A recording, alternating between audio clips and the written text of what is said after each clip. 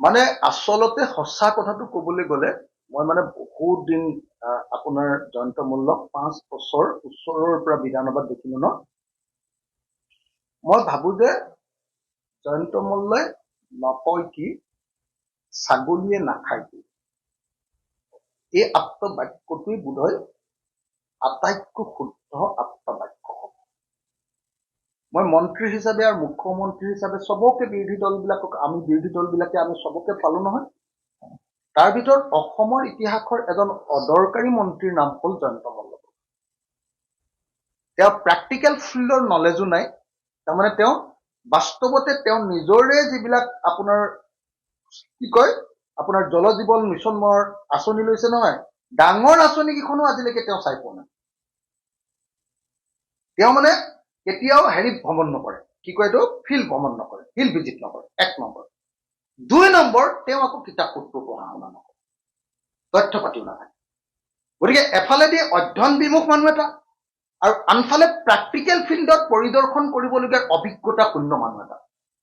গতিকে সেইকাৰণে আমি মন্ত্ৰী সভাই যেতিয়া বিভিন্ন মন্ত্ৰী, কিছুমান মন্ত্ৰী আমি উত্তৰ দিলে মানে সেইটোত আমি ইম্পৰ্টেঞ্চ দিওঁ, কিন্তু জয়ন্ত মল্লৰ নিচিনা চেলবেলাই থকা মন্ত্ৰীয়ে যি উত্তৰ দিলেও আমি পাত্তাই নিদিওঁ।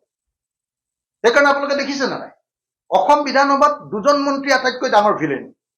1 নম্বৰ মন্ত্ৰীজনৰ নাম অশোক সিংঘাল আৰু 2 নম্বৰ মন্ত্ৰীজনৰ নাম জয়ন্ত মল্ল বৰুৱা। এই 2জনে ভিলেন, তেওঁলোকৰ কোনো কাম নাই, অকল কমিশ্যন খাবৰ কাৰণে, টকা খাবৰ কাৰণে জয়ন্ত মল্ল আহিছে। আৰু এতিয়া জয়ন্ত মল্লই BTAD হাগ্ৰামা মহিলাৰীৰ লগত লগ লাগি অসমলৈ অহা সকলো বস্তুৰ ওপৰত এতিয়া চিণ্ডিকেট চলাইছে। মই কেটেগৰিকেলি জয়ন্ত মল্ল বৰুৱাক একিউজ কৰিছো, অভিযোগ কৰিছো। মই নিজে ফোন কৰিও জয়ন্ত মল্লক কৈ দিছো, ফোন কৰি জয়ন্ত মল্লক কৈছো যে জয়ন্ত এইটো কি কাম কৰিছা?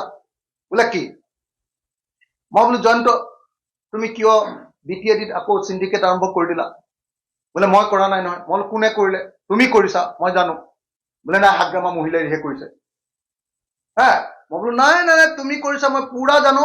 তুমি আমাৰ ইয়াৰ পৰা যোৱা কয়লাৰ ওপৰতো চিণ্ডিকেট কৰিছা, আমাৰ ইয়াৰ পৰা যোৱা আপোনাৰ কি কয় এইটো বিদেশী যিটো কি চুপাৰীৰ ওপৰতো চিণ্ডিকেট কৰিছা, আৰু সেইফালৰ পৰা অহা মহ, গৰু, গাহৰি, পাণ, শাক পাচলি যিমান আহে, ব্ৰইলাৰ মুৰ্গী দানা, চবৰ ওপৰত জয়ন্ত মল্ল বৰুৱাই হাগ্ৰামা মহিলাৰ লগত লগি